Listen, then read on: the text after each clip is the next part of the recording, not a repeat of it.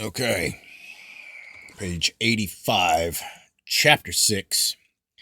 That the wisdom of God works by the medium of second causes, i.e., by the intelligences, by the heavens, elements, and celestial bodies, is proved beyond dispute in this chapter.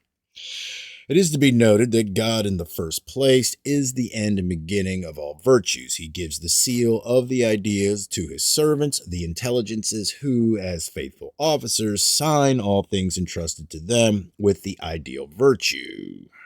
The heavens and stars as instruments disposing the matter in the meanwhile for the receiving of those forms which reside in divine majesty and to be conveyed by stars.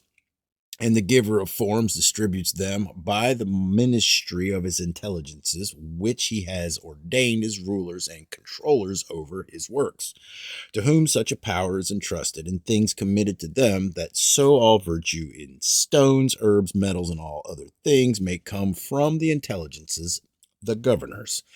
Therefore, the form and virtue of things come first from the ideas, then from the ruling and governing intelligences, then from the aspects of the heavens disposing, and lastly, from the tempers of the elements disposed, answering the influences of the heavens by which the elements themselves are ordered and disposed.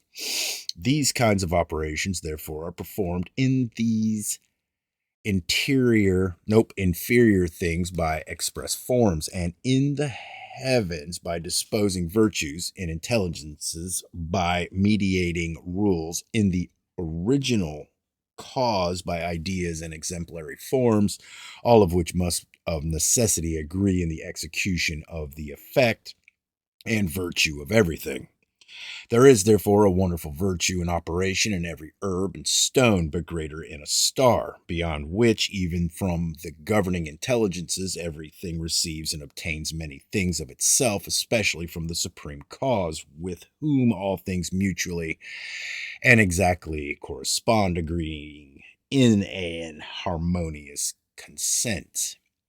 Therefore, there is no other cause of the necessity of effects than the connection of all things with the first cause, and their correspondency with those divine patterns and eternal ideas, whence everything hath its determinate and particular place in the exemplary world, from whence it lives and receives its original being, and every virtue of herbs, stones, metals, animals, words, speeches, and all things that are of God are placed there.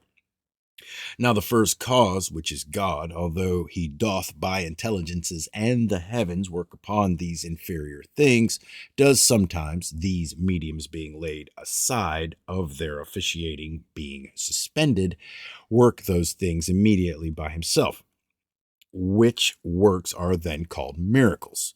But whereas secondary causes do, by the command and appointment of the first cause, necessarily act, and are necessitated to produce these effects. I think that's the word.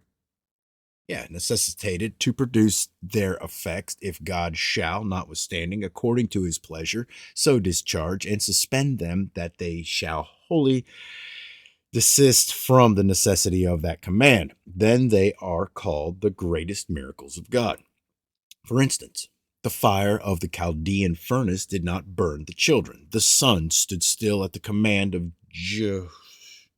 Joshua and became retrograde one whole day. Also, at the prayer of Hezekiah, it went back 10 degrees. And when our Savior Christ was crucified, it became darkened, though at full moon.